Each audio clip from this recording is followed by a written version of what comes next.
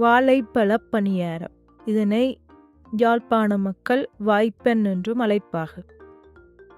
5 வாழைப்பழங்கள் நன்றாக பழுத்த பழங்களாக எடுத்து அதனுடன் சிறிது உப்பு,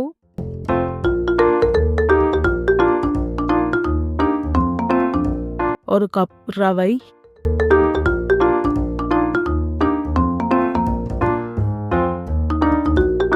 மூன்று கரண்டி சீனி சேர்த்து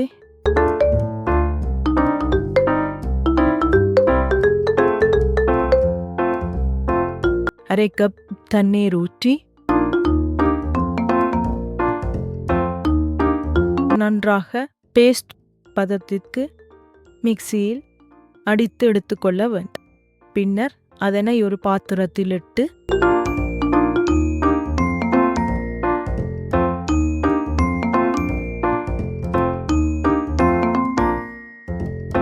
அதனுடன் 2 கப் கோதுமை மா சேர்த்து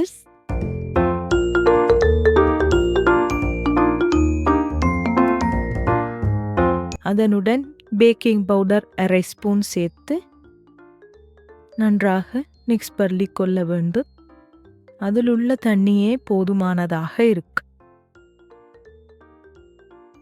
பின்னர் 2 மணி நேரம் அதனை வைத்து பின்னர் எடுத்து பொரித்து எடுத்துக்கொண்டால் வாழைப்பழ பணியாரம், வாய்ப்பெண் பணியாரம் மிகவும் சுவையாக இருக்கும். ரவை சேர்த்து கொள்வதன் மூலமாக நல்ல கிறிஸ்பியாக இருக்கும். செய்வி பார்த்து பயன்பெறுவர். நன்றி.